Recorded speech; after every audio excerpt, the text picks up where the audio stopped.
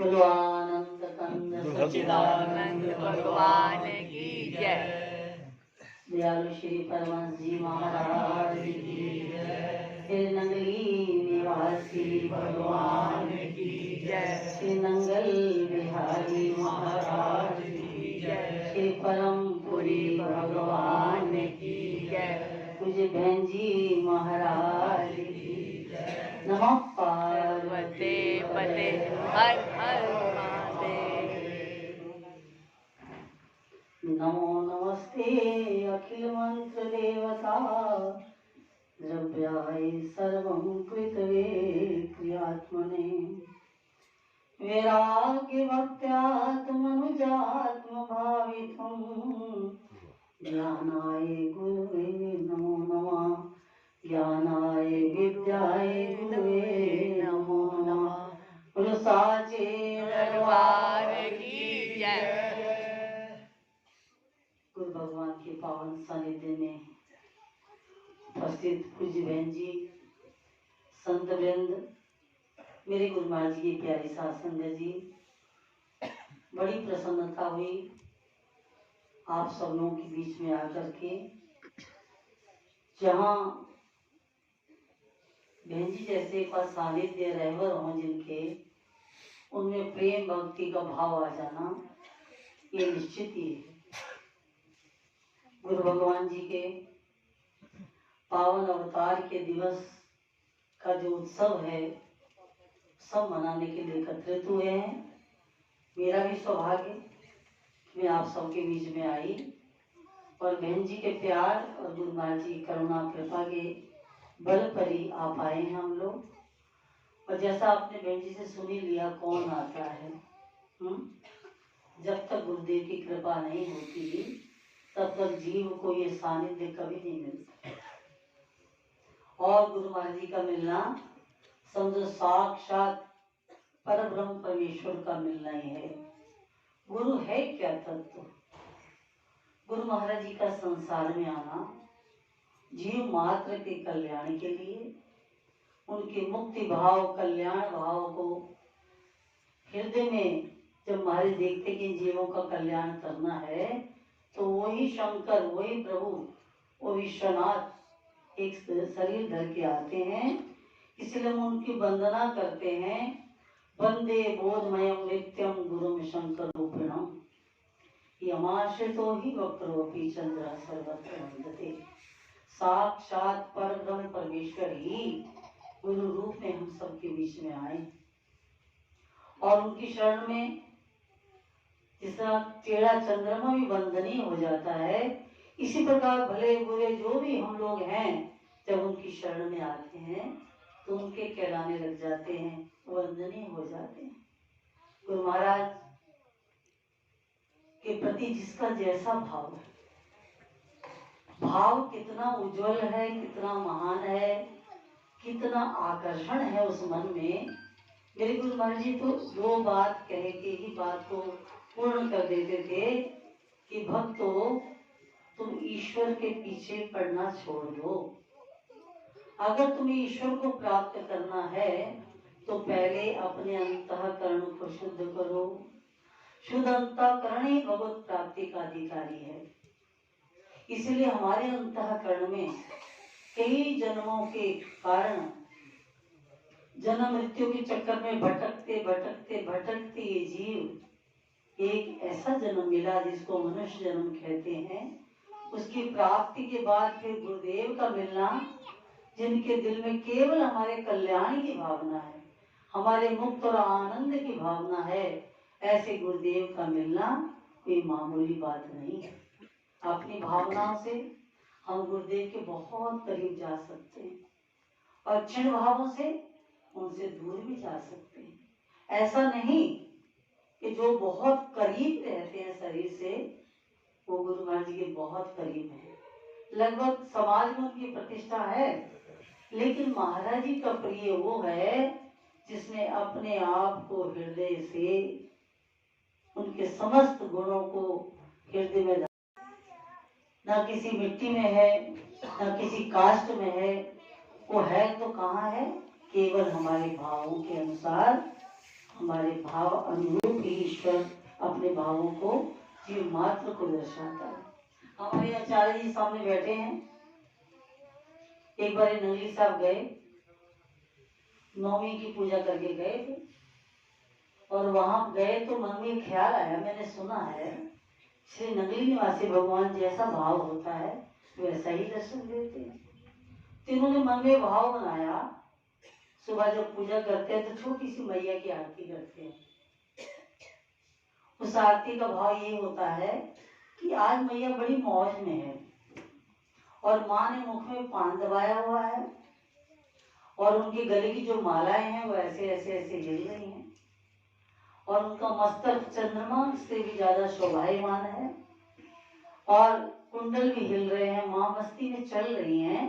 हाटक आज बाजार जाने का जैसे माँ का मन है, बाजार में जा रही है और उसमें प्रार्थना शंकराचार्य जी महाराज ने लिखी है। तो ये ऐसा सोच के कि आज महाराज जी नवमी है तो आप माँ के रूप में दर्शन दे दीजिए, क्योंकि मैं तो इसी भाव से आज क्षमा करना गुरुदेव, मैंने सुना है कि आपको जिस भाव से पुकारते हैं उसी भाव से आप दर्शन दे देते हो। आज मेरे मन में माँ का भाव आया है। तो उसके बाद तो 5-7 मिनट बाद जब हम लोग बाहर निकले, गुरु भगवान जी के छवि से दर्शन करते करते बाहर आए, तो इनकी आंखों में टप टप टप आंसू। मैं कहा आचार्य जी आप तो जल्दी रोते नहीं, आज क्या हुआ, कुछ एहसास ही हुआ? बोले यहाँ नहीं बोल सकता, मेरा मुंह बंद हो चुका है। यहाँ क्या हुआ?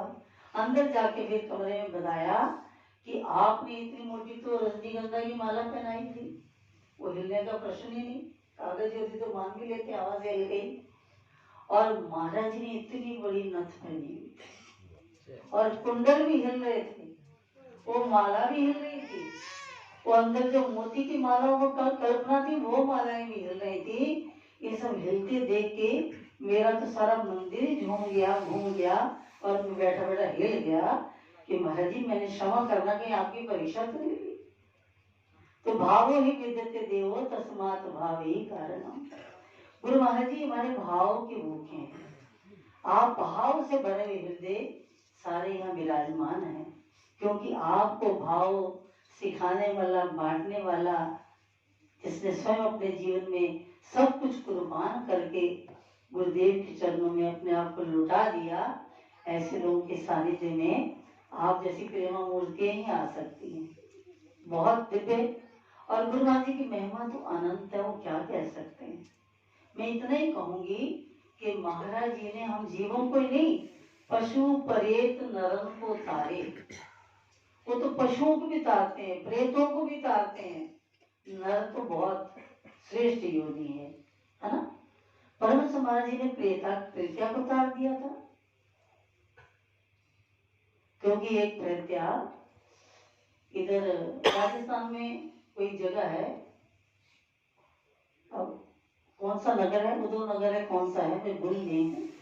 उस नगर में दयालुश्री परमहंस महाराज जी एक झोपड़ी बना के कुछ समय के लिए एकांतवास में रहे। तो जब वहां रहे तो मिलने के समय में कुछ प्रेमी लोग आते थे, तो प्रत्या दिखती तो थी नहीं किसी को, लेकिन उसको सब दिखते थे कि लोग आते हैं, अंदर एक सिद्ध योगी बैठे हैं, उनके दर्शन करते हैं और कई लोगों को वो दीक्षित भी करते हैं। लेकिन वो प्रत्य है, ना तो कुछ बोल सकती है ना कह सकती है। लेकिन ऐसा हुआ कि जब सब लोग चले गए तो प्रत्य जो है वो गुरु महाराज जी के पास आई और उसने महाराज जी को प्रणाम किया। महाराज जी तो अंतर्यामी भगवान में जान गए कि ये प्रेत्या है, ये मुक्त नहीं है, ये विचलित आत्मा है, मेरी शरण में आई है। महाराज जी ने कहा तू कैसे मेरे पास आई? कहने लगी गुरुदेव मैंने देखा सब लोग आपके पास आ रहे हैं, लेकिन मैं तो ऐसी योनि में हूँ, ना तो मैं बोल सकती, ना कह सकती, ना खा सकती, ना सो सकती, ना प्यास लगी है सामने जल है जल पी सकती हूँ। बड़ी मेरी जो योनि है सबसे खराब योनि है ये, महाराज मुझे भी मुक्त कर दीजिए। कहते दयालुश्री परमहंस जी उसकी प्रार्थना सुन के बहुत दया आई और महाराज ने प्रेष मंत्र दिया उसको, जो मंत्र सबको देते हैं गुरु महाराज जी, वही मंत्र गुरु महाराज ने प्रेत्य को दिया और कहा जिस बेरी पर तू बैठी है इसी बेरी पे बैठ के इस मंत्र को जपना। जब तू इस मंत्र का जप करेगी और एक समय में तू मुक्त हो जाएगी। और उसमें हम लोग तो उस बात को हो सकता है पूर्णता ना भी मानते हो, लेकिन प्रत्यय ने माना और कहते जपते जपते जपते वो एक दिन बेरी जो है वो खंडित हो गई और वो प्रत्यय मुक्त हो गई। तो महाराज जी मनुष्य का पशुओं को भी तारते हैं, प्रेतों को भी तारते हैं, है ना।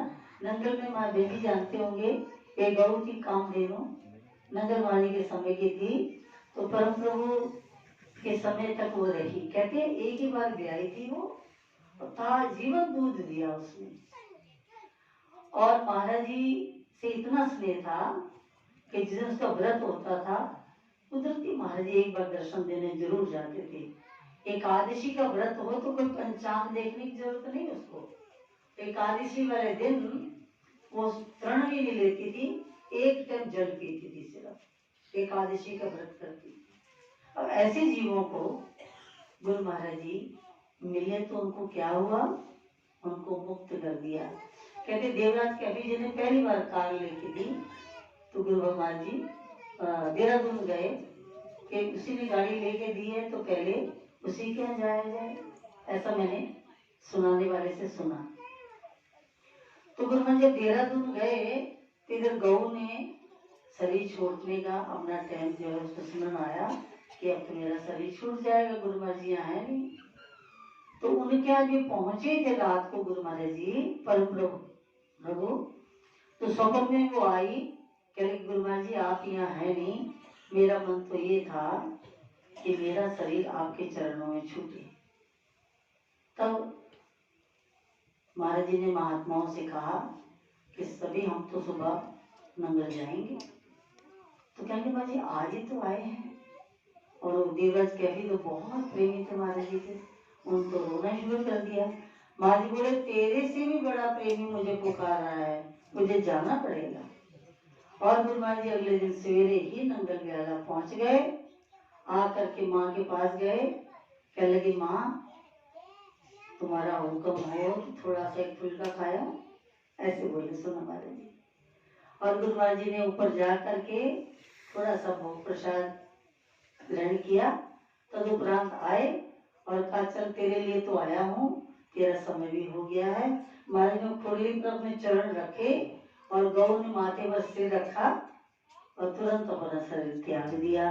बोल नंगल बिहारी महाराज की जय, परमपुरी सरकार की जय। गुरु भगवान का अवतार जनमानस के कल्याण के लिए, उद्धार के लिए और हम सबको सुख देने के लिए, आनंद देने के लिए हुआ है।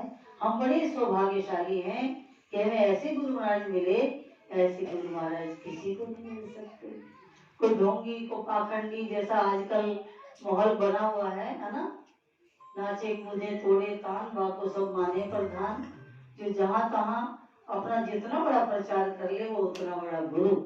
लेकिन महाराज जी कहते थे गुरु वही जो ब्रह्म निवारे, और गुरु वही है जो तुम्हारे जीवन में जितने भ्रम हैं उनकी निवृत्ति करके तुम्हें सही मार्ग पर, सच्चे सुच्चे मार्ग पर लगा करके तुम्हें जीवन में वो चीज दे दे जिसका तुम्हें अभाव है। इसके लिए हम गुरु महाराज जी के पास गए। हम जीव मात्र इसीलिए गुरु महाराज जी के पास गए, हे गुरु महाराज जी हम बहुत कुछ जानते हैं लेकिन स्वयं को नहीं जानते कि हम कौन हैं। तो गुरु महाराज ने तुम्हें बोध कराया तत्वमसि कि जो मैं हूँ वो तू है, तू तो मेरी ही आत्मा है। उस आत्म तत्व की प्राप्ति के लिए तू संसार में आया है। शने शने शने शने तू अभ्यास के द्वारा अपनी मंजिल को तय कर सकता है।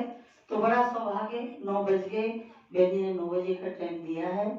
इस तरह कह के गुरु भगवान के चरणों में प्रणाम करती हूँ। समय तो अभाव था, नहीं तो कल भी रुकती मैं, आज ही भेजी है, रुकना ही है, सत्संग के बाद ही जाना है। इसलिए कल थोड़ा शिवरात्रि के लिए यात्रा। पहला सत्संग आपका ही हो जाएगा ना, फिर 4:30-5 बजे तक ही हो जाएगा। बोलो आनंद कंद सचिदानंद भगवान भगवान जैसी की गुरुदेव जय। की इच्छा थी कर सकते सब कुछ करने कराने वाले वही हैं। इसलिए दयालु श्री परमानंद जी महाराज की जय। चिन्नगिरी निवासी भगवान की जय। नंगल बिहारी भगवान की जय। श्री परमपुरी सरकार